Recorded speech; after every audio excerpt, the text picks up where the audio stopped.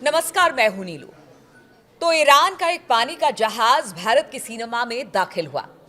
अब भारत की सीमा में ईरान के जहाज का दाखिल होना बहुत सारे सवाल खड़े कर रहा है कि आखिर क्या वजह है कि ईरान का ये जहाज भारत की तरफ, भारत की सीमा की तरफ, अंदर की तरफ गया। इसमें क्या कुछ था, कयास अब इसे लेकर लगाए जा रहे हैं और इसके पीछे जो खबर सामने आ रही है वो क्या है, बातचीत आज इसी पर होगी। मयंक मेरे साथ है। मयंक, ये जो खबर आ रही है क्या खबर है, जरा पहले हमारे दर्शकों को बताइए। देखिए ये जो खबर ये है कि MD-23 जिसका नाम है लिम्रा, ये उस जहाज़ का नाम हम बता रहे हैं। MD-23 लिम्रा इस जहाज़ का नाम है। ये जहाज़ ईरान से चलता है।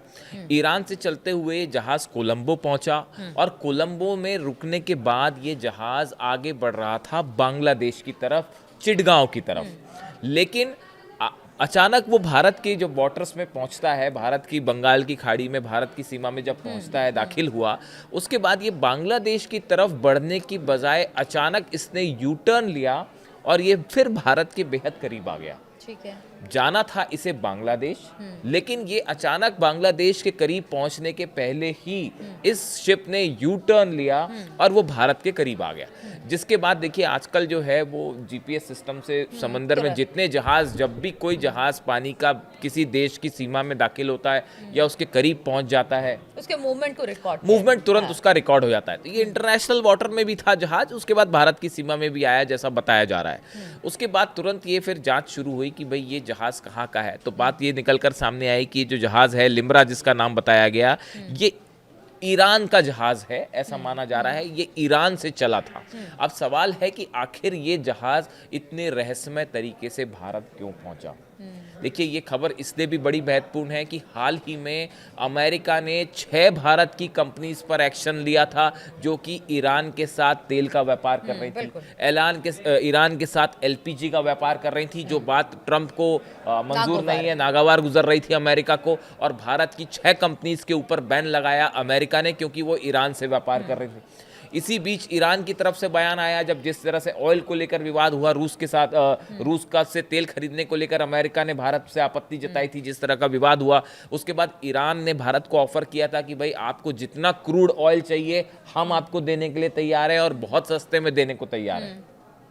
जिसके बाद अमेरिका के कान और खड़े हो गए थे, बाकी देशों के भी, कि कहीं भारत और ईरान के बीच व्यापार शुरू ना हो जाए तेल का। इस तरह की तमाम खबरें सोशल मीडिया पे छाई रही। इस बीच देखिए ये जो शिप आया भारत के करीब ईरान का, बताया जाता है कि ये एलपीजी इसमें से लदा हुआ है। एलपीजी गैस से जो है, गैसोलीन जो है वो इसमें लदा हुआ है। अब सवाल ये है कि ये एलपीजी से लदा हुआ ईरान का जहाज भारत कैसे पहुंच गया। देखिए इसको लेकर 3 तरह की थ्योरीज चल रही हैं अलग अलग कि कैसे ये भारत पहुंचा। पहली बात तो ये कही जा रही है कि संभवतः ईरान से ये जहाज़, इसको बांग्लादेश किसी कंपनी ने ऑर्डर किया था और ये एलपीजी सप्लाई की जानी थी बांग्लादेश। तो इसलिए ये ईरान से होते हुए कोलंबो आया, कोलंबो से होता हुआ ये भारत के पास से बांग्लादेश जा रहा था, इसलिए ये भारत की सीमा में आया।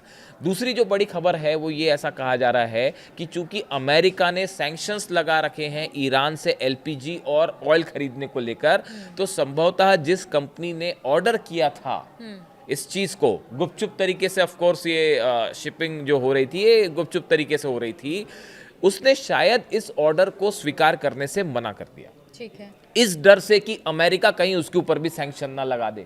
तो यानी ये जहाज समंदर में था, भारत के करीब समंदर में था, तभी बांग्लादेश से किसी कंपनी ने इसको एक्सेप्ट करने से मना कर दिया। तो अब इस जहाज के पास कोई चारा नहीं था, इसने यू टर्न लिया और वापस ये ईरान की तरफ बढ़ने लगा। और अभी भी बताया जा रहा है कि इसमें कई टन्स जो है वो गैसोलीन अभी भी भरा हुआ है, एलपीजी जो है वो इसमें भरी हुई है। तो अभी ये कहां पर है? अब ये बताया जा रहा है कि ये वापस ईरान की तरफ बढ़ना शुरू हो गया है। भारत के करीब से होते हुए ये शायद वापस कोलंबो की तरफ जाएगा और ईरान की तरफ बढ़ जाए। इस तरह की बात जो है वो कही जा रही है कि ये वापस ईरान की तरफ बढ़ना शुरू हो गया है।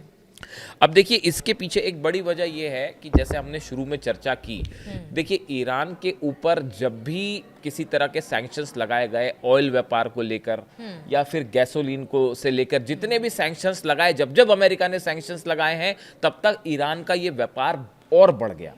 देखिए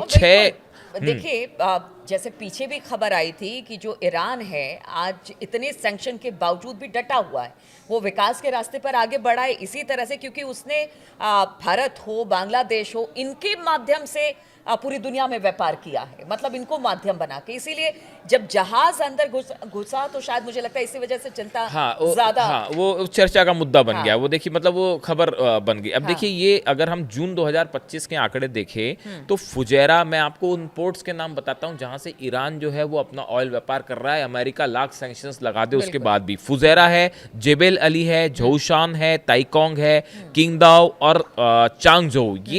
ये वो बड़े पोर्ट्स हैं जो यूएई का पोर्ट है, इसमें सिंगापुर का पोर्ट है, मलेशिया का पोर्ट है। इन सब पोर्ट से 6 बड़े बंदरगाह हैं जहां से ईरान जो है इंपोर्ट एक्सपोर्ट कर रहा है। फरवरी से जून 2025 तक ईरान का कच्चा तेल का निर्यात औसतन 16.7 लाख बैरल प्रतिदिन रहा, जो जनवरी 2025 के आंकड़े से 37% ज्यादा है। यानी आप देखिए जैसे जैसे सैंक्शन बढ़ते जाते हैं ईरान का व्यापार कम होने के बजाय और बढ़ता जाता है। हाल के महीनों में ईरान ने कुछ 50 मिलियन बैरल तेल, लगभग 1.7 MPPD का निर्यात किया, जिसमें 88% कच्चा तेल, 10% ईंधन तेल और 2% कंडेंसर जो होते हैं वो उसमें शामिल थे। यानी आप देखिए ये व्यापार जो है तेजी से बढ़ता जा रहा है। इसके साथ इसमें 52% से ज्यादा निर्यात चीन को और 6% संयुक्त अरब अमीरात को हुआ है। यानी सबसे बड़ा बायर अगर ईरान के ऑयल का कोई है तो वो है चाइना। 2023 में ईरान द्वारा निर्यात किए गए तेल का 90% हिस्सा चीन के पास गया था।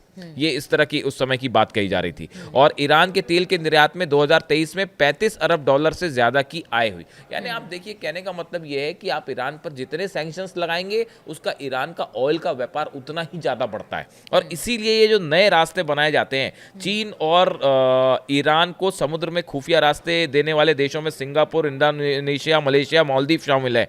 ईरान और चीन के व्यापारिक जहाज मालदीव होते हुए पूर्व की ओर बढ़ते हैं और इंडोनेशिया के सुमात्रा और जोहोर जो स्ट्रेट्स हैं होते हुए सिंगापुर के बाद आसानी से दक्षिण चीन सागर पहुंच जाते हैं। और चाइनीज मतलब कंपनी, साउथ एशिया का पूरा इलाका, देखिए ये रूट होता है बेसिकली कि जहां से ये ईरान जो है आप सैंक्शंस लगा देते हैं तो होता ही है कि जो कंपनीज हैं वो गुपचुप तरीके से व्यापार करना शुरू कर देती हैं। यानी कुल मिला के कहना ये है कि ये सैंक्शंस कभी सफल नहीं हो पाएंगे ईरान के खिलाफ, क्योंकि ईरान का तेल का कारोबार हमेशा से चलता रहा है, गैस का व्यापार चलता रहा है। और इसकी बड़ी वजह है ईरान इंटरनेशनल प्राइस के मुकाबले 20 से 25% कम पे आपको ऑयल सप्लाई करता है। आप यूएई कितनी दोस्ती कर ले अमेरिका से, सऊदी कितनी दोस्ती कर ले अमेरिका से, लेकिन जब तेल की बात होती है तो बहुत सारी चीजें ऐसी होती हैं जो ना रडार पकड़ पा रहा है, ना जीपीएस पकड़ पा रहा है, और ना ही आप उसको रोक पा रहे हो। हाँ। जब 25% सस्ता तेल अगर ईरान देने को तैयार है, कोई भी देश लेगा, कोई नहीं खरीदे, कोई ना खरीदे, क्यों नहीं खरीदेंगे? तो इसीलिए ये बड़ा मुश्किल है अमेरिका के लिए, यूरोप के लिए ईरान पर बैन लगाना। और ये जो जहाज भारत के करीब पहुंचा